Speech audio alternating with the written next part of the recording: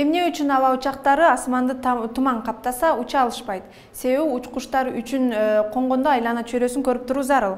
Мындай себеп менен 1977-жылы Испаниянын Тенерифе аэропортунда эки учак бири-бирин көрбөй калуусу кагылышка алып келген. Азыр Европа өлкөлөрүндө учак каттамдары калың тумандын айынан токтолууда. Европадагы булуттар жүрүп отуруп, Түштүк Азия өлкөлөрүнө да жетиши мүмкүн. Ал эми 6 октябрга карата Орто Азиядагы аба ырайы тууралуу кененирээк мен Гүлүм Эркинбек кызы 11 каналында айтып берем. Саламатсыздарбы?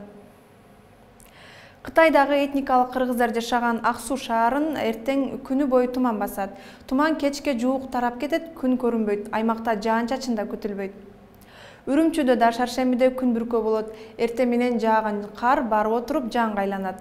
Бул жаан кечке жуук токтошу мүмкүн. Мындай аба ырайы Кытайга чектеш Казакстан аймактарында да болушу мүмкүн. Ал эми Астана шаарында эртеден кечке күн бүркөө болот. Эртең менен жааган кар кечинде жаанга айланып, түндөсү күчөйт.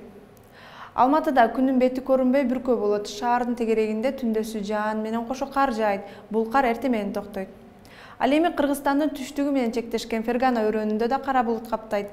Жаан жаабайт. Бул жерде башка аймактарга салыштырмалуу жылуу аба ырайы күтүлөт. Өзбекстандын борбору Ташкентте да күн бүркөлөт, бирок аба ырайы жылуу болуп, жаан жаабайт. Ал эми Ташкенттен алда канча алыс Нукус өрөөнүндө да аба ырайы кескин өзгөрөт. Түндө жааган жаан таң эрте токтойт. Күндүзү күн ачык болуп, бирок кайра эле кечинде жаан катуу жаайт. Нукустан анча алыс эмес Түркмөнстандын Дашогуз өрөөнүндө да күн ачык болот, жаан жаашы күтүлбөйт. Ал эми Ашхабадта кандай аба ырайы күтүлөт? Бул жерде күн бүркөө болот, бирок синоптиктерге ишенсек, кечинде булуттар таркап кубандырышы мүмкүн. Абанын температурасы бир нече жылуу болот. Тажикстанга келсек, Душанбеде жаандуу күндөр токтоп, күн чайыттай ачылат, бирок абанын температурасы төмөндөйт. Мындай аба ырайы Хорокто да күтүлөт. Эртеден кечке күн ачык болуп, кечинде асманды кара булут каптайт.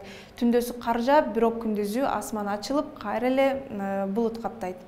Ал эми Баткен менен чектешкен Худжанд шаарында асман булутка толот, бирок жаан жаабайт.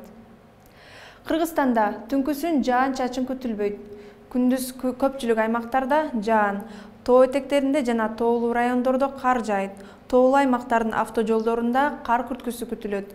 Жолдор тоңголок, тайгак болот. Батыштан соккон шамалдын ылдамдыгы секундасына 4-9 метрден, кээ бир райондордо 15-20 метрге чейин жетет. Сиздер Кыргызстан жана ага жакын кошуна өлкөлөрдөгү аба ырайы менен тааныштыңыздар. 11 каналы сиздерге булутсуз маанай каалап, өз ишин улантат. Көрүшкөнчө.